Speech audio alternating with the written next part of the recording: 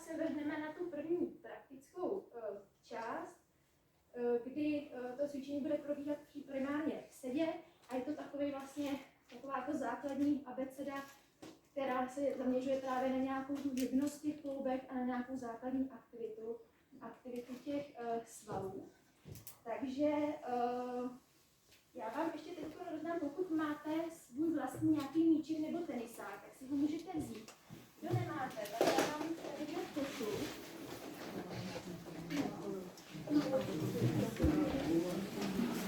Jo, nezamčí, jo? Ne, tady? Ne.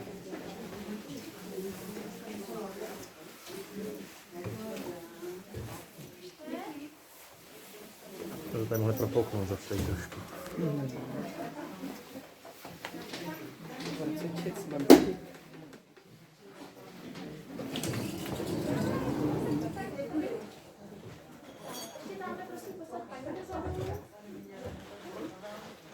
Ještě někdo? Nějaký pevný míček?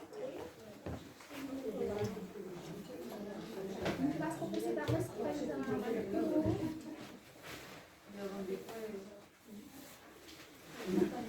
A budeme teda potřebovat, musíme sundat botu, aspoň jednu a ponožku.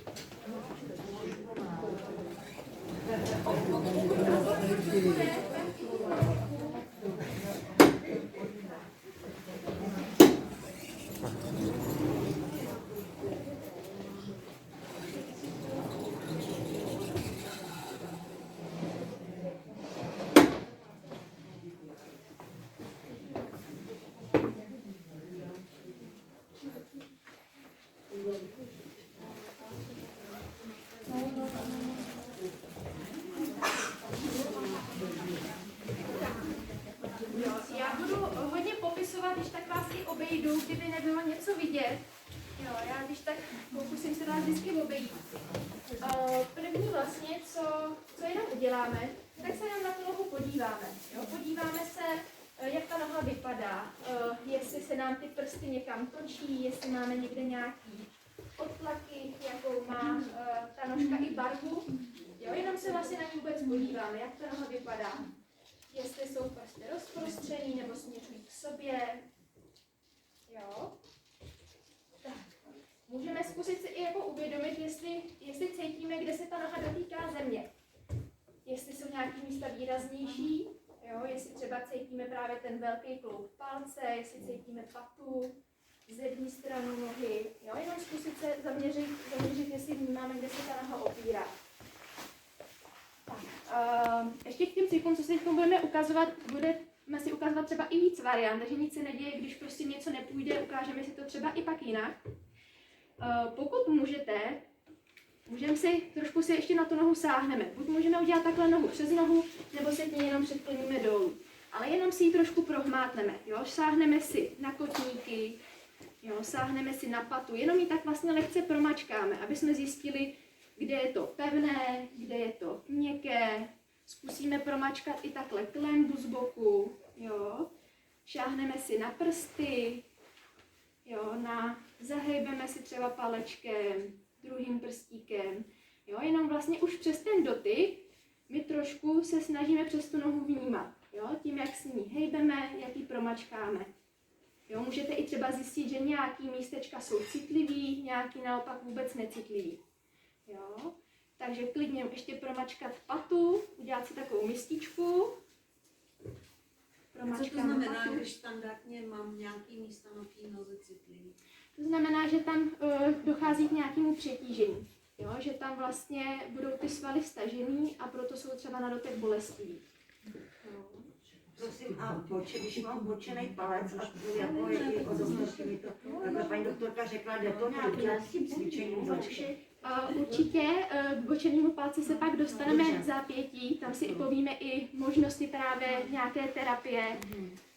Jo, takže jenom si ji takhle trošku prohmatáme. Jo, a chytneme si nárt a zkusíme si takhle trošku promasírovat ten nárt. Jo, zase buď můžeme takhle, když máme nohu přes nohu, nebo pokud ji máme na zemi, tak si jenom zvedneme patu a jenom si zkusíme s tou přední částí nohy zahýbat ze strany do strany.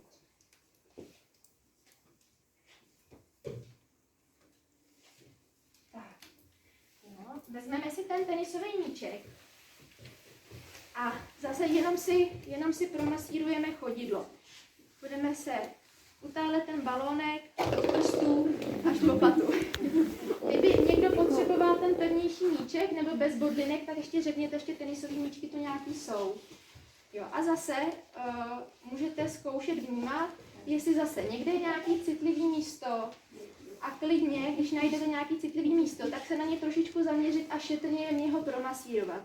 Nikdy to neděláme nějakou velkou silou. Může to být jako citlivý, ale nikdy nechceme, aby to moc bolelo, jo? Protože pokud vyvoláme velikou bolest, tak se to tělo spíš stáhne, než aby se uvolnilo. Takže vždycky všechny ty cviky dělat šetrně s respektem k tomu, jak ty naše nožky vypadají. Tak, nezapomeneme i na patu, že si opřeme prstíky, dáme si balónek pod patu, takhle kousek z boku. Tady to bude trošku klouzat a zkusíme si takhle trošku promasírovat patu.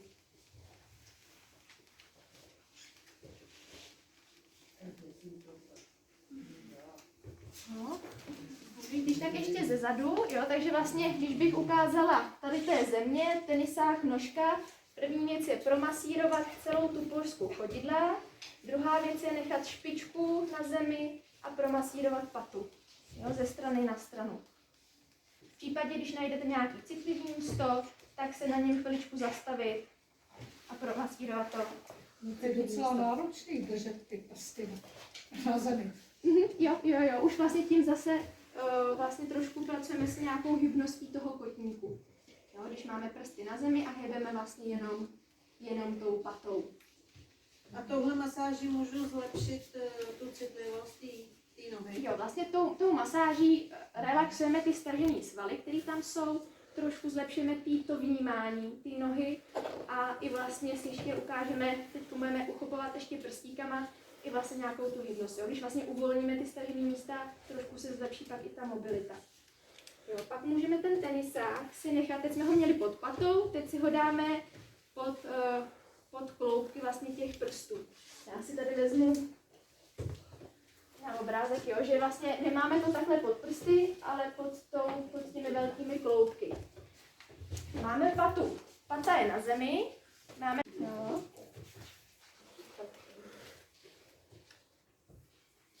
Že vlastně zkusím zvednout prstíky nahoru a zkusím chytnout ten balónek těma prstama.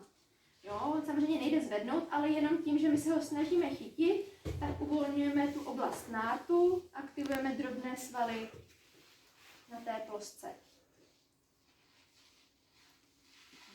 A snažím se vždycky přitáhnout ty prsty co nejvíc nahoru a uchopit ten balónek.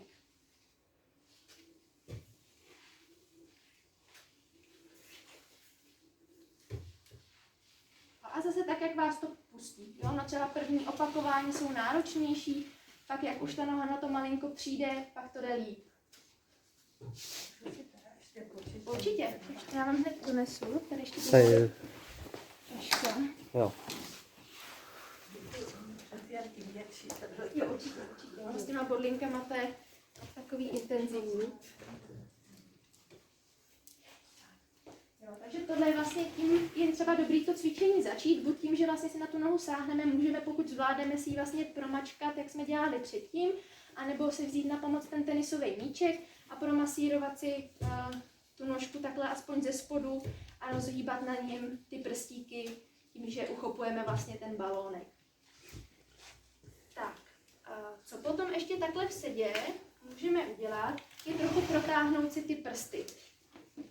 Že necháme, jak balónek dáme na stranu a teď, když jsme ho uchopovali, teď to sami uděláme, akorát, že se budeme pohybovat po zemi. Zkusíme, říká se tomu třeba většinou pídělku, tomu říkáme, to možná i znáte, že vlastně se snažíme, že roztáhneme prstíky a přitáhneme patu k sobě. Opravdu to vypadá to vlastně jako pídělka. Tady mám patu, tady jsou prsty a já vlastně chci se natáhnout a přitáhnu patu dopředu. A zase natáhnu prstíky, přitáhnu patu dopředu. Takže vlastně takhle já šplhám po té zemi. Jo? A klademe tam i důraz právě na to natažení těch prstíků do dálky a přitáhnu tu patu. Jo?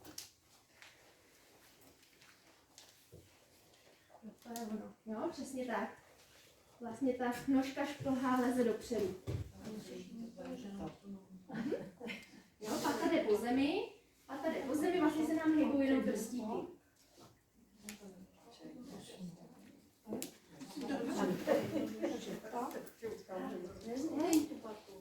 Jo, pata zůstává na zemi. Jo, a posouvá se.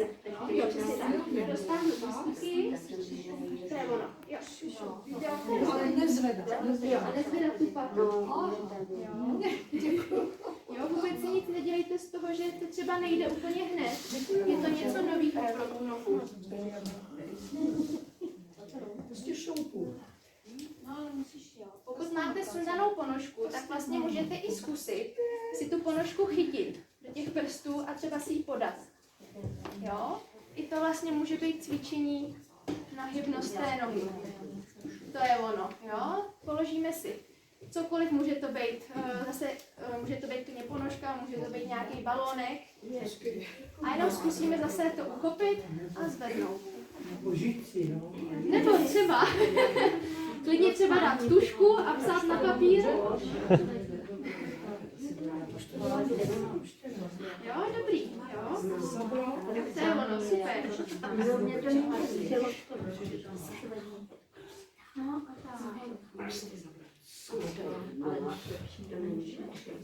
Teď jsme vlastně trošku rozcvičili ty prsty a podíváme se ještě teďko na kotník.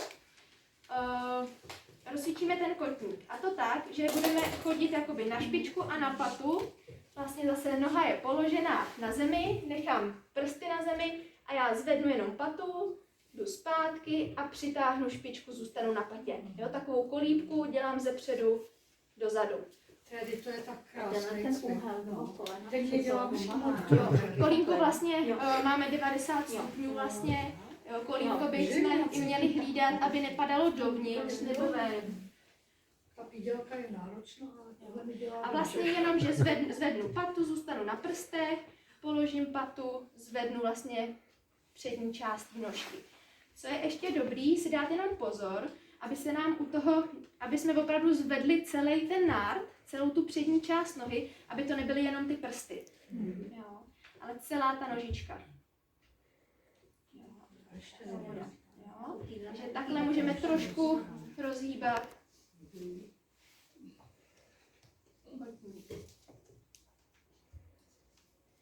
To máme ten pohyb vlastně dopředu, dozadu. Pak jsme si i říkali, že ta noha vlastně se umí hýbat ze strany na stranu. Jo, takže teď necháme, že noha je položená zase celou ploskou a my se opřeme o zevní hranu a zvedneme tu vnitřní a zase naopak. Opřeme vnitřní, zvedneme zevní hranu. Jo, a snažíme se ale, aby se nehýbalo kolínko. Jo? Kolínko zůstává vlastně na zemi a snažíme se, aby ten pohyb proběhl jenom v tom kotníku. To je ono. Jo? Tak. Tak, snažíme se takhle nehýbat tím kolínkem a jenom tý nožičce. To je ono. To je ono. A teď se opřeme o vnitřní stranu a tak, to je ono. Jo, určitě jedna strana bude líp. Jo, to je ono, jo, teď se opřeme o zemi a jdeme dolů, tak, teď se opřeme tady a to je ono, to je ono. Přesně tak. Jo, to je ono. Snažíme se nehýbat tím kolínkem, to je pořád v těch 90 stupních. Super, super, jo. No jo, ale my těma nohama mám na cvičení, takže já tohle to všechno cvičím.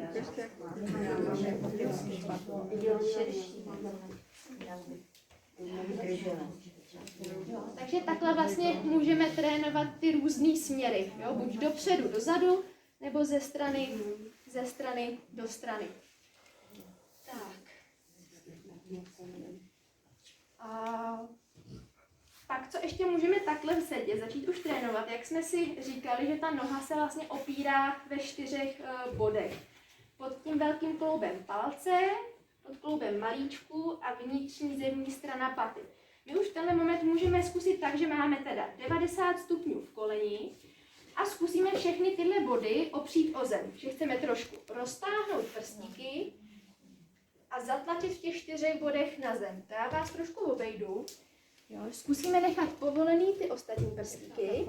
Jo. A snažím se vlastně opřít tady a tady. A pak zase klidně povolit. Jo. Nechce vlastně zatlačit tou nohou. Jo, snažím se opřít tady a tady.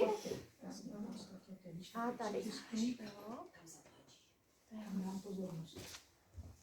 Snažím se mít v rámci možností povolený prstíky. Jo. A tak, to je ono tady. A vnitřek, to je ono.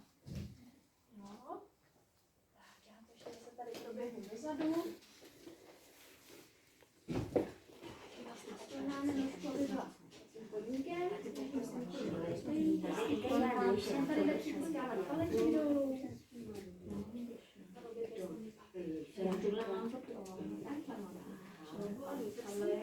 Mě dělali většinou